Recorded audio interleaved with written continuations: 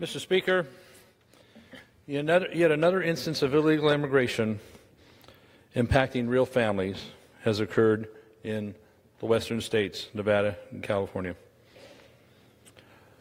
I thank President Trump and First Lady Melania Trump for honoring 3 people from my district tonight as guests for the State of the Union address. Sadly, Debra Bissell, Heather Armstrong, and Madison Armstrong will be here as guests because of the tragedy that happened in their life. They're the daughter, granddaughter, and great-granddaughter of Gerald and Sharon David, who were murdered in their home in Reno, Nevada, just this last month.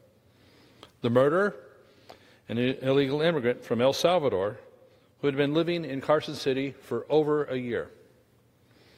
No motive has been released, but then does the motive really matter to this family?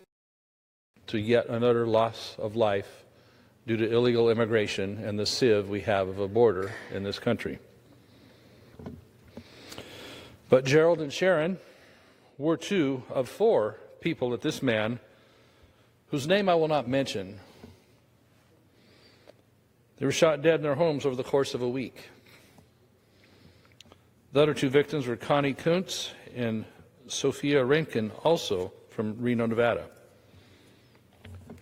These brutal murders will have a tremendous impact on the families of each of these victims, including Debra, Heather, and Madison, who we will meet tonight. When we talk about border security, when the President speaks about it tonight, these 3 faces should serve as a reminder of the real-life consequences of our open border policy that this country seems to have.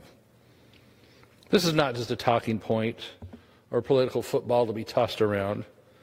Real people are being hurt, the ones left behind, lives being ruined, as well as the lives being taken time after time, because the Congress can't get its act together to get a bipartisan solution for border security, for a border barrier, and the combination of things it will take to effectively run the border, to patrol our border, and give our personnel down there all the tools they need to do it effectively, safely for the American citizens, and safely for themselves.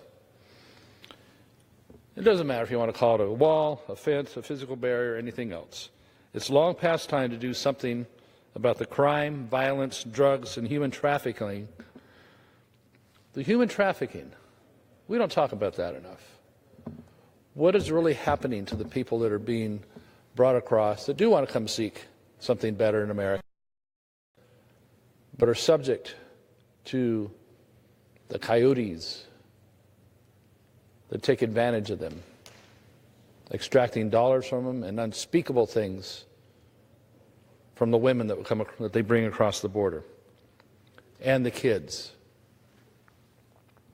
It's long past time to do something about all those subjects that are currently moving fairly freely into our country. For Debra, Heather, and Madison from Redding, California, they represent 3 generations of their family that has been devastated by the status quo of our border situation. I'm grateful that President Trump is shining a bright, unmistakable light on this issue and the urgency with which we must address it.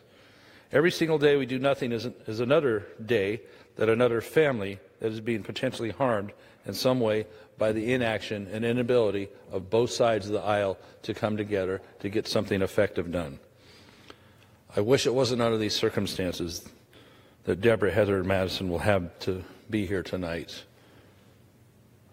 Their grief must be immense, but tonight their story will be front and center for all of America to see. It's certainly no consolation, nothing to assuage the pain they must feel, but I hope their presence might help spark some positive change in this country that is long overdue. I thank the President and First Lady again for inviting them.